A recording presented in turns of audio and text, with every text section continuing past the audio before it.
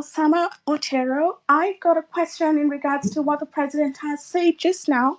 First of all, I'm quite dismayed that he's still trying to clear his name. It is about accountability here. He's talking about the number of bullets, that killed a citizen. Is it about one person dying or 100 people dying? We know very well that the number exceeds 25 people. And it is not about one person or 25 people or 1 million people. It is about people being killed recklessly. He is still not taking accountability for his actions.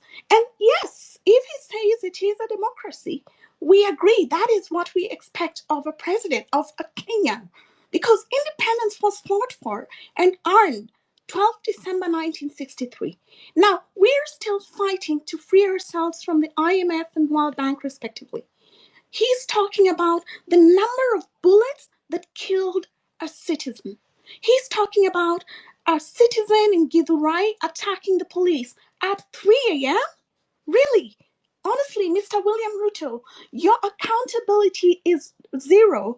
I'm quite dismayed, honestly, because you came here to answer to the citizens, but you're taking zero accountability for it. And if you say they're independent, why do you laud the police for the matter of civilians? Why do you hold a press conference and tell the police that, citizens, that they're going to be met with equal force if they go and protest? And what he meant, he did not use the word protest precisely, but he said anyone who tries to disrupt the peace of the country. Protesters, how do protesters disrupt the peace of a country? Why do you load the police when people are killed? Why are police shooting at civilians on their balconies? Why are people fleeing Kenya so that they may have peace? Why are they being abducted? You might say that the police body is independent, but this is not a democracy. It is not functioning like a democracy, but a dictatorship, Mr. William Ruto. Because the way the police are handling the situation is not fit for a democracy. And you cannot deny that you're behind that. Because even though you say they're independent, you have the power to stop the killings. But instead you go after all the killings, you go hold a press conference and laud them. Sincerely, we saw Mandamano last year, how you dealt with the citizens. Same scenario this year. When is that going to stop? What kind of a democracy is this? Can you define what a democracy is, Mr. William Ruto? I think you grew up in a very authoritarian family that you expect people just to dance to your tune. In a democracy, the right to picket and to protest is guaranteed in the Constitution. The countries you travel to, Germany and, United States, first of all, why did you grant them visa-free entry to Kenya? Africans do not have the luxury. Even diasporans don't have that luxury. The way diasporans are being treated at the airport, these bills. Now, what you did when you granted Europeans visa-free entry to the country is giving them the right to disrespect Kenyan citizens abroad. And the fee that was supposed to be incurred through the payment of visas is transferred to Kenyans. I mean, that is simple mathematics. You should know that. Okay, Kenyan German lady, thank you so much. Why don't you set the same expectations for European nations and the West in general as they set for Kenyans?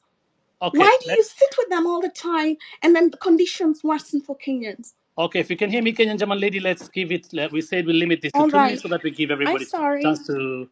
No worries, no worries. You're at liberty, of course, to ask your question, Mr. President. Thank you very much. Let me help. Let me say this to my sister. The right to picket, the right, and I said it in my statement, is enshrined in the Constitution. But let me also make a distinction. I said the protesters, peaceful, within their democratic right, were hijacked. There are people who infiltrated. And I am very sure that the people who burned the office of the Chief Justice, the people who banned Parliament are not the peaceful protesters. These are criminals who I was speaking to, and I was saying the police must stop criminals who are burning institutions, who are burning people, people who have gone to destroy people's property. I don't think those were innocent demonstrators. I know for sure that innocent demonstrators came out to protest, to picket, because it is provided for by the Constitution. But honestly, do you want to tell me that the innocent protesters, the people who had come to picket, are the ones who went, broke up shops, stole people's property, burned down Parliament? I don't think so.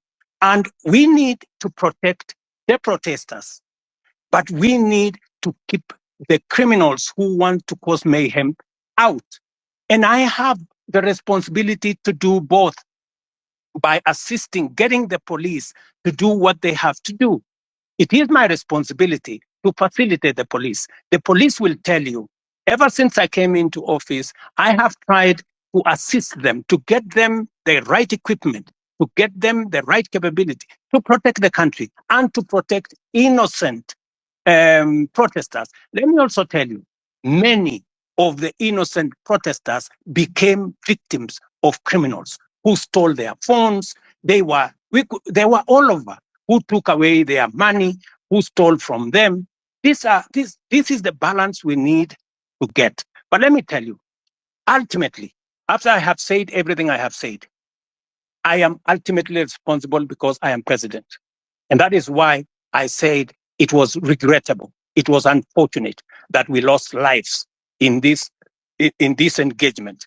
And I have said government is going to assist all the families as to the extent that we can to make sure that we minimize the loss that they have gone through. Let me also say the following. On matters to do with passports, I think we have made a very big step in the right direction to make sure that we deal with the challenge of passports. And even now, we have given a green channel to Kenyans who are looking for jobs abroad. Today, there is a green channel at immigration to make sure that those Kenyans who have jobs abroad can be able to be processed much more easily. Let me also say, there is a reason why we have a visa-free regime in Kenya. And when I say a visa-free regime, it doesn't mean that people come to Kenya for free. That is not the same. It is that we have simplified the process.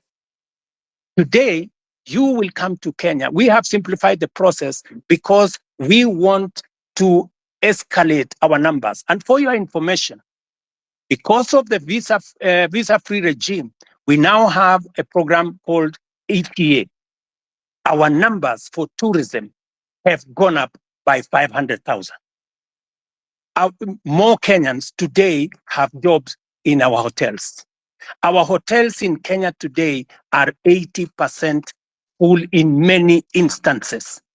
If you speak to the tourism sector, they will tell you our numbers for tourism in 2022 was close to 1 million. Last year, it was 2 million. This year, we are heading to 2.7 million. It is part of the interventions that I have made. It is part of the changing of how do you come to Kenya. Make it easy. Today, you don't have to go to no office. Today, you can get your ETA, pay for it online, and be able to come to Kenya easily. And Kenya is not the only country in Africa that is doing that. We are all doing that. Look at what is happening in Europe. 27 countries in Europe, they don't have a visa between them. They have abolished visa between them. Why would we want to keep a visa regime that keeps business people, that keeps tourists out and makes it much more difficult for them to come and enjoy what we have? For your information, Kenya should not be having 2.7 million tourists. We should be having 10 million. In fact, London has nothing to show.